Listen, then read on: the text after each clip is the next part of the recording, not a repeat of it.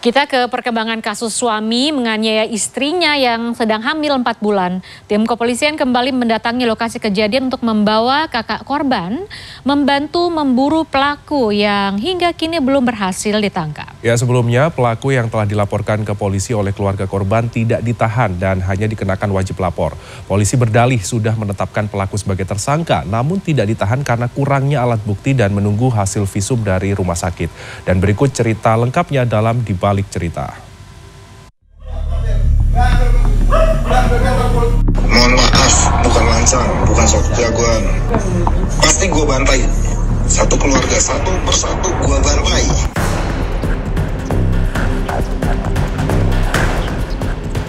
Disaksikan oleh pengurus lingkungan, sejumlah personil kepolisian Resort Tangerang Selatan Minggu malam berusaha menggali informasi dari kakak dan ayah korban perihal keberadaan Budianto Jauhari yang hingga kini masih buron.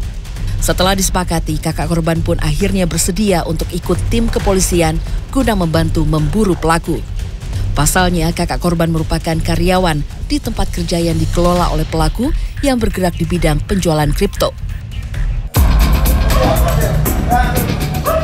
Peristiwa penganiayaan itu terjadi pada Rabu dini hari 12 Juli 2023 di perumahan Serpong Park, Kecamatan Serpong Utara, Tangerang Selatan dan terekam kamera amatir warga. Budianto Jauhari, 38 tahun, nampak mengapit leher korban, Tiara Maharani, 21 tahun, di halaman rumah kontrakannya. Ia juga terus memukul istrinya yang tengah hamil 4 bulan hingga mengalami luka parah pada wajah. Tidak hanya itu, pelaku juga menyeret korban dari halaman hingga ke dalam rumah.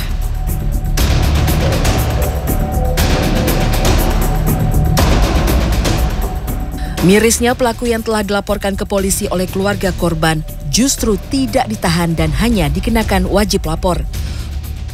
Terhadap pelaku bukannya dibebaskan dari proses hukum, jadi perkara tetap lanjut. Tetap kita proses walau tersangka tidak ditahan.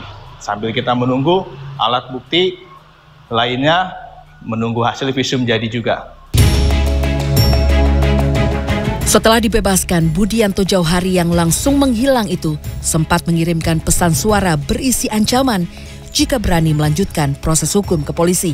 Pesan suara berisi ancaman tersebut dibeberkan oleh ayah korban pada Jumat lalu. Mohon maaf, bukan lancang, bukan sok jagoan. Pasti gue bantai. Satu keluarga, satu persatu gue bantai.